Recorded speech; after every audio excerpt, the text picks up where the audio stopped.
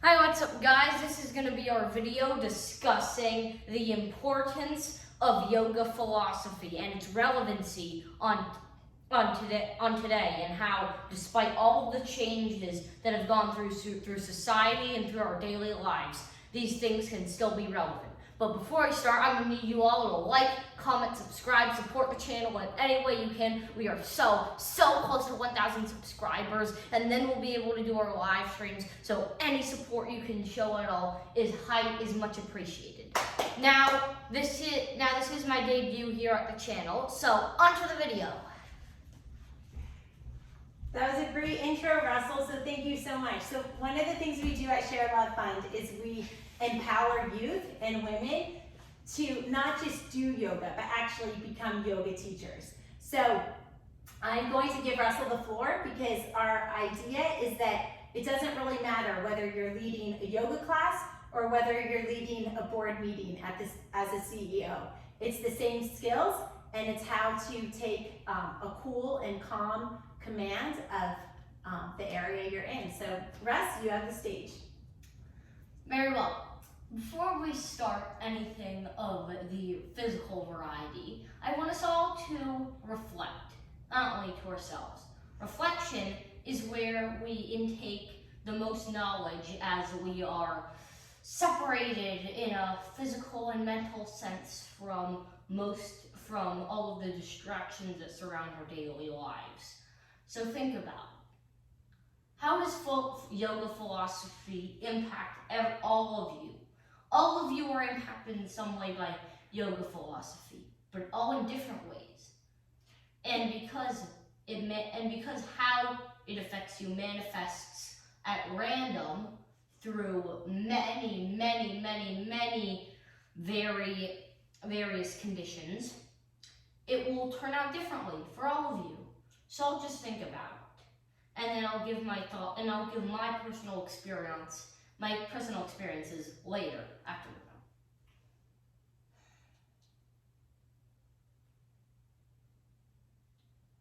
done. I just want to add, for some people that might be having trouble thinking about something, Russell brings up a really great point.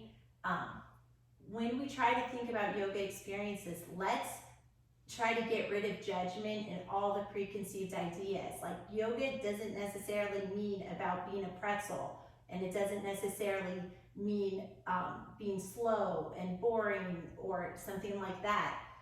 Yoga can just be concentrating on your breath, or you can use the various poses to create a strength workout or a cardio workout.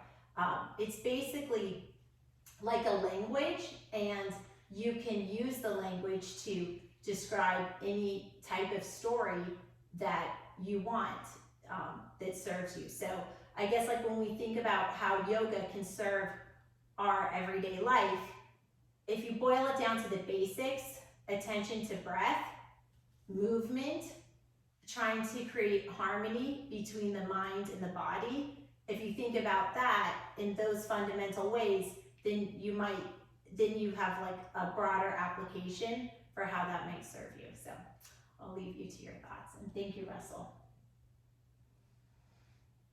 Now, if all of you have sufficiently thought, hold on to what you were thinking.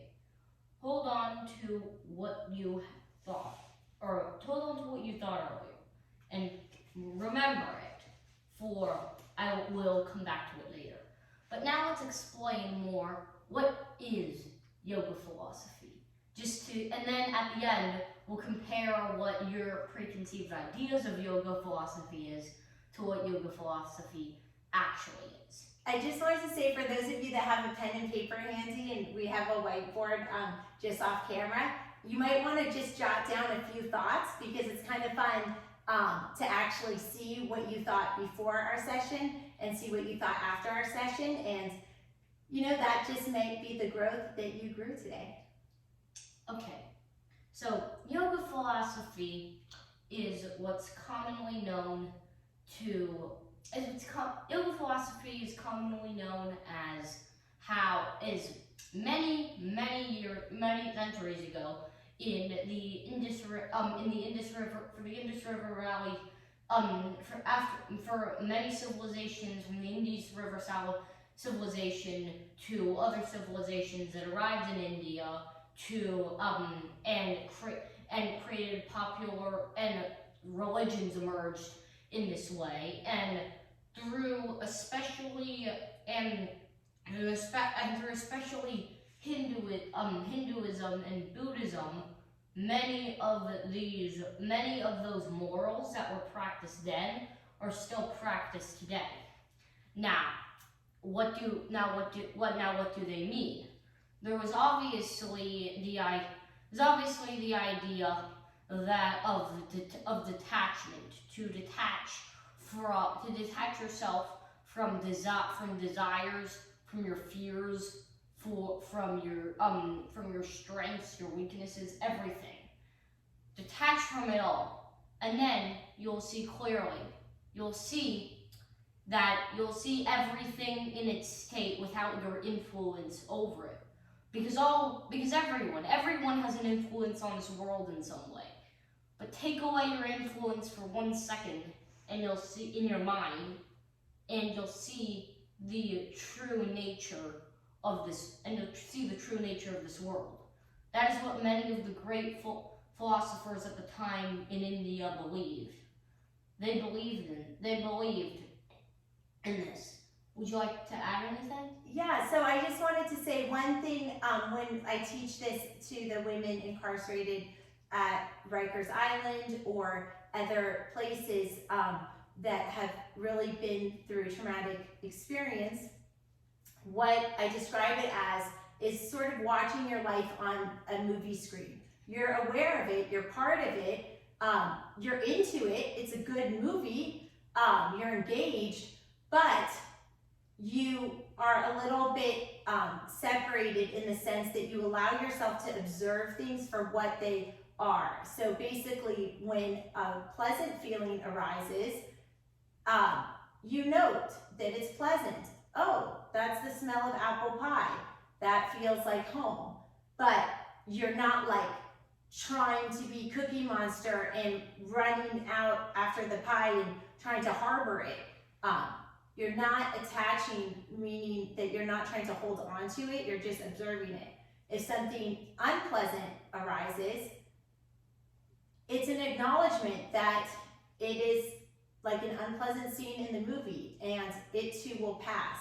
Obviously, if it's very disturbing to you, you need to, nothing in this video constitutes as medical advice, and people need to use their own judgment and to when to not practice, but to the extent that it's bearable, sometimes just knowing even an unpleasant feeling will ultimately pass, and that really empowers you, because basically when we start observing, then we have less impulse reactions.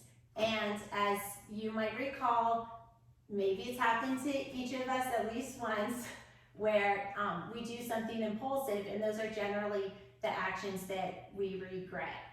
So, this non-attachment, it's for both positive and negative things. It's resisting the urge to hold on to them, and it's also resisting the urge of having your mind race, of repeating that story that we keep telling ourselves. Can I add something? Yes. You may be asking, well, all of this is like the fact that you can detach yourself from all of this is interesting. But Russell, how do I do that? That seems like an incredibly difficult thing to do. After all, I've lived my entire life with all of these things, all of my desires, all of my interests, all of my fears and strengths and weaknesses. How do I just suddenly detach for all of them, even if it's just for a second? Well, it's very simple. It's through a practice that's commonly known as optimistic nihilism. Just think about the universe for 1 second. Your impact on it is if there is no instruction manual that tells the universe what its principles are, and therefore the only ones that exist from a moral perspective are the ones that we assign it, and or that the consensus agrees on. So tell yourself that you'll die at some point, every good or bad thing you've ever done won't matter anymore.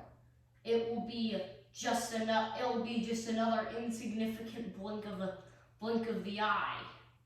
So all of your things that you think are so important, like as I've explained before, they actually aren't. So why need them? So this is a really good point, and it's about gaining perspective. So at first, when I started yoga and people talked about non-attachment, I thought that meant being apathetic. And I was frustrated because everything that I've ever had in life, I've worked really, really hard for, and I've put my back into it. Even building this yoga space, it was something that I had to kind of negotiate in my family to have this space for yoga and invest in the floors and this and that. So I didn't really understand how, and I'm an attorney as well, so I didn't really understand how to reconcile being maybe an overachiever, but also having non-attachment. And this is how I've learned to reconcile it. Non-attachment doesn't mean that you are apathetic. It means that you have faith that it's going to be okay. It means when sometimes as parents, people tell us, don't praise the result of a child's grade, praise the work. I don't know if you guys have heard that. Like, praise the effort, not the result. Well, to me, non-attachment in practice is really about focusing on the effort and the meaning behind the effort and not attaching to the result. So like, for example, with this yoga space, I envisioned it, I wanted it, I worked for it, and if it didn't happen, if this turned into, something else for my family, then you know what? Then just accepting that. Like when things, I think like the thing with non-attachment is it's basically strive for what you want. It's because it's important to feel inspired and to work hard. Strive for what you want. But when reality doesn't meet your expectations, having an acceptance of reality. And I just wanted, it's a little bit jumping the gun here, Russ, so I hope you don't mind, but I just want to talk a moment about acceptance. Acceptance does not mean that you are satisfied with the current state of affairs. Like accepting that, let's say, for those of us that recognize that global warming exists, accepting that global warming exists doesn't necessarily mean you love the fact global warming exists. It just means that you are recognizing that it's the current reality. You can still commit yourself to taking strides to alter the reality, but you're not going to make any progress on change unless you accept the reality. And it's sort of like, I've never been to Alcoholics Anonymous or whatever, but in watching movies, they'll say, my name is so-and-so, okay, one second, but like my name is so-and-so and I have a problem. So that is the first step. That is acceptance. You're solely distracted me with that, but so that is acceptance, and then through acceptance you can change. So I sort of jumped the gun, but it's non-attachment to both good and bad by observing it, and then acceptance is important. Because you provided such a great example, global warming. Let's delve deeper into there. So global warming, what you need to do is you accept that it's a problem that exists.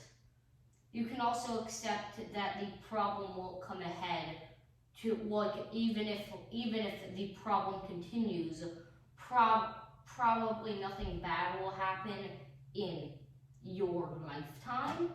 But does it change the fact that does it change the fact that you still want global warming to be better for the future generations to come? So in that case, what you do is you'd accept it. You can acknowledge that it exists.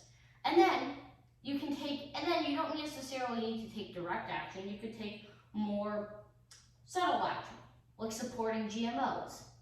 Well, so let's so I think the core issue here is basically yoga philosophy is a broad way. Really, all philosophy, when you boil it down, is the same element. What we're talking about is critical thinking, and the best way to have critical thinking is with detached observation. And this is actually sort of the basis of our modern scientific method. And so when we think of yoga, there's a lot of preconceived ideas, and people think it's this or that. But I think that in this polarized world that we're living in, it's actually really important to boil things down to the basics, realize that we all have more similarities than differences, and that all philosophy is really just about critical thinking.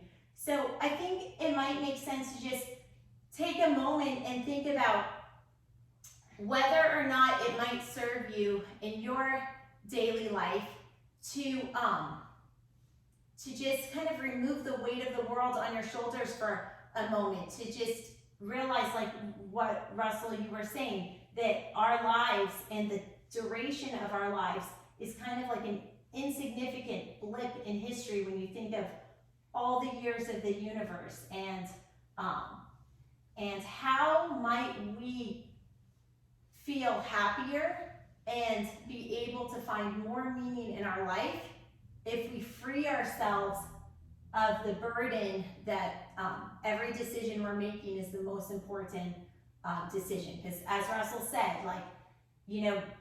death and taxes are the two certainties. So whether you do this or that, whether your child does this or that, we're not going to be here forever. So at the end of the day, let's just breathe and just think, what really matters? And I invite you to ask yourself what really matters to you. So let's just take a moment of silence here. And during this moment of silence, we would like you all to reflect again. Remember from the beginning. Now that we've talked about yoga philosophy, keep your idea from the beginning, but now see if you can make a new idea but keep the original one. Make a new idea from the newly obtained information that you have. And if it's the same, well, then it is the same, that's fine. Just do the process again, but see if something changes now with the new information you have. And for the folks that didn't write it down, sorry, I'll raise my voice a little more. For the folks that didn't write it down, can you remind them of the original question? Yes, the original question was, how does yoga philosophy affect you as an individual?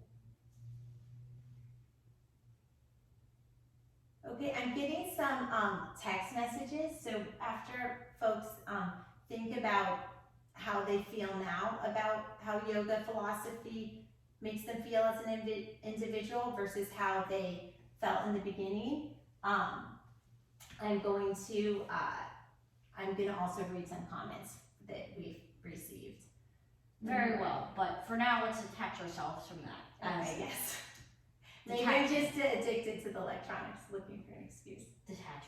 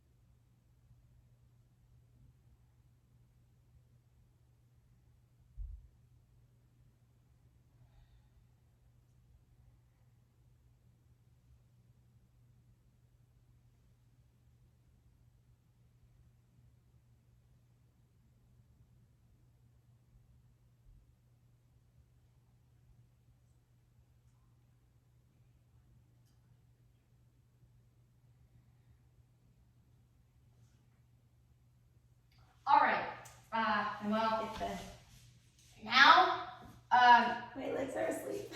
now we're gonna take a little bit of time to go through messages, but I want you all, well, leave a comment down below. What was your original idea of what how yoga philosophy affects you, and what is your new idea of how yoga philosophy affects you? Leave a comment down below. I'd love to read them. So we're super excited to see all your comments. And do you want to share yours, or do you want me to read some of the comments that we just received from our folks? Oh, sure, you can, I'll say my idea first. How yoga philosophy affects me is, as an individual, I realize that my existence upon this world has as little true meaning to the universe as a whole. It has meaning to those who surround me, but little meaning to the universe as a whole. The universe doesn't care that I exist. So, I make it that everything that I attach to has no bearings on the universe. Therefore, there's no reason for me to get attached to it. So I have a comment here from a We can do comments now. Okay, so I have a comment here from a 14-year-old, and by the way, this is on our Share Love Fund stationery. You can go to the in the description. We're gonna put a link to we're gonna put a link to our merch store. Go pick up merch there. So yeah, it's on Shopify and soon Amazon, and this beautiful watercolor design was donated with love by a friend of mine who is a watercolor artist. And this stationery also goes to the women at Rikers Island, and they've been so appreciative and written back the most beautiful letters thanking us for the stationery. And this is not really on point, but I just want to say I was adamant that I wanted to give the women incarcerated the highest quality stationery and envelopes and beautiful love stamps, the Forever US stamp. Because here at Share Love Fund, we strive to make every little bit of the service we give the incarcerated woman the highest quality we possibly can. So every little detail, everything from the stationery to the content itself is we make sure it all is of the utmost quality. Yes, definitely. And because I was adamant, I wanted every year the post office makes a love stamp for Valentine's Day, and those are the only stamps I give the women, because basically when you invest in somebody, it's like putting a mirror to them, and then they start investing to themselves. And this video is also going to go to the women at Rikers, and I just want to tell you, somebody cares about you, and you know what? I don't even know you, and I don't know what you've done, and it doesn't matter, because we're both on this earth, and that's the point of this yoga philosophy today, is that... Actually, something to add to yes, that. That is true. I, as an individual, have no idea who you are. But doesn't that make it all the better? These principles are so universally applicable that I can talk to any person that is watching this video, and it will be applicable to them as a person. So if it's that universally applicable, well, you should try it, and make sure to show your support by liking, comment, and subscribing. Okay, click the bell icon for notifications. Here we have a 14-year-old from New York. She said that she thought yoga was just exercise, and she didn't know it had philosophy, and she asked us, are we going to talk about the history of yoga? So Inez, who wrote this, thank you so much for your comment. And Russell did talk a little bit about the history of yoga, how it started, I believe, in the north of India. He said, yes, in the north of India, as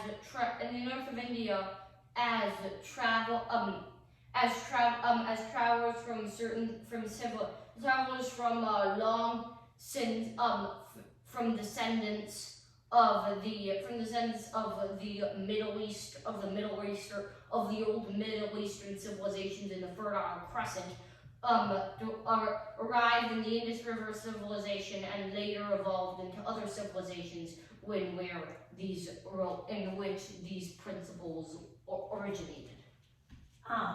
So anyway, so that's awesome, and then so glad you're 14 and you care about history and learning, and yeah, we learn something new every day, and that is what is the spice of life. So here, I have a comment from Sophie in California. She is 16 years old, and she asks, can yoga help me sleep? So that's actually a really good point. Sometimes first of all, we are not doctors, and nothing we can say constitutes as medical advice. If you have a medical problem, please see a doctor. You know, I'm a mom with my son, and some things have helped us in our personal lives, and we're happy to share it with others for free.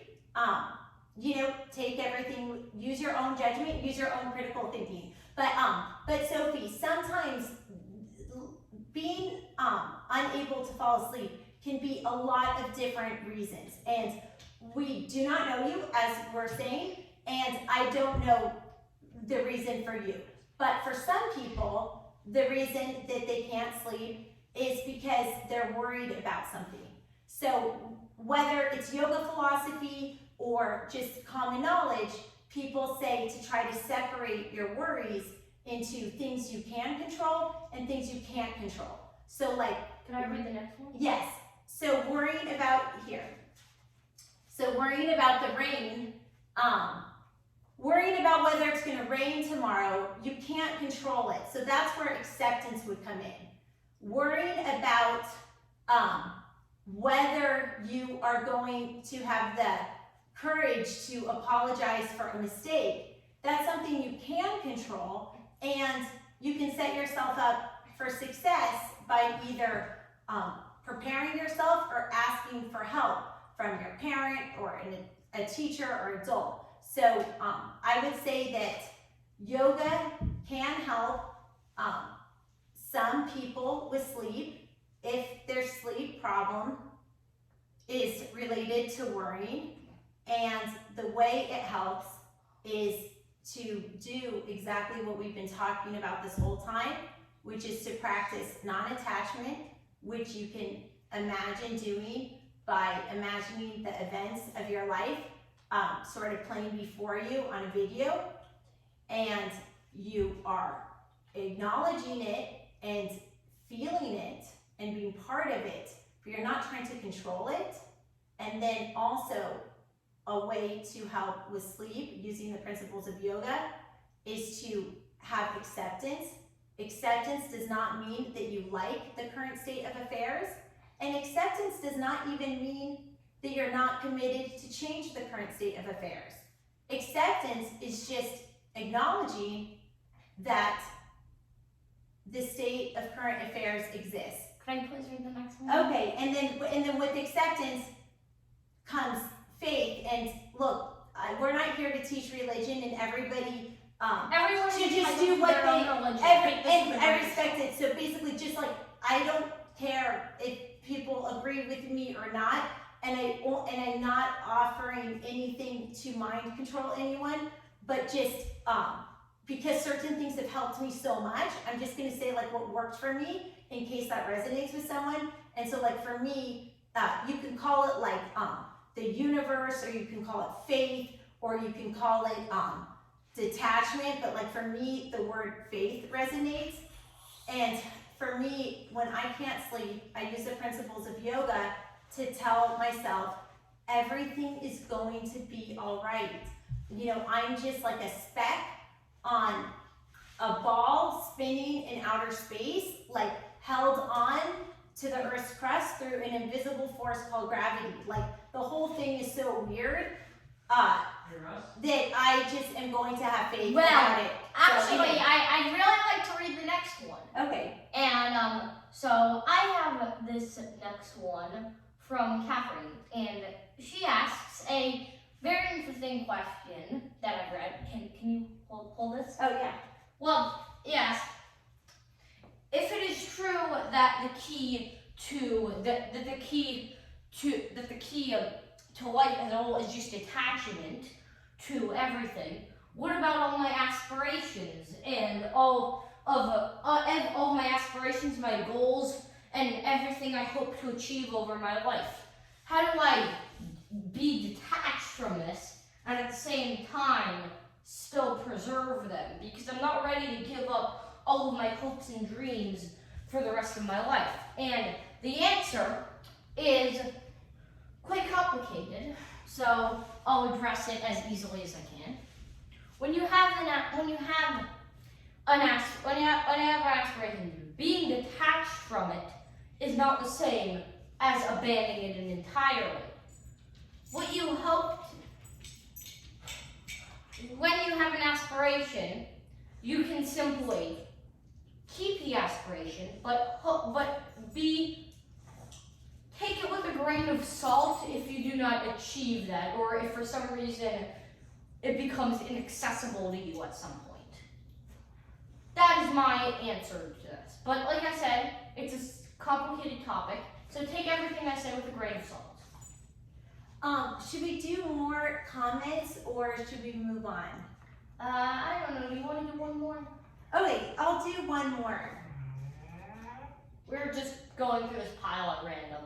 Okay, so this is from Richard in Los Angeles, California, and he asks, isn't that kind of depressing, saying that your life doesn't matter or it's insignificant? And so listen, it's really important to be positive and surround yourself with positivity. There are a million different ways to say the same exact thing, and as I said before, there's more similarities than differences.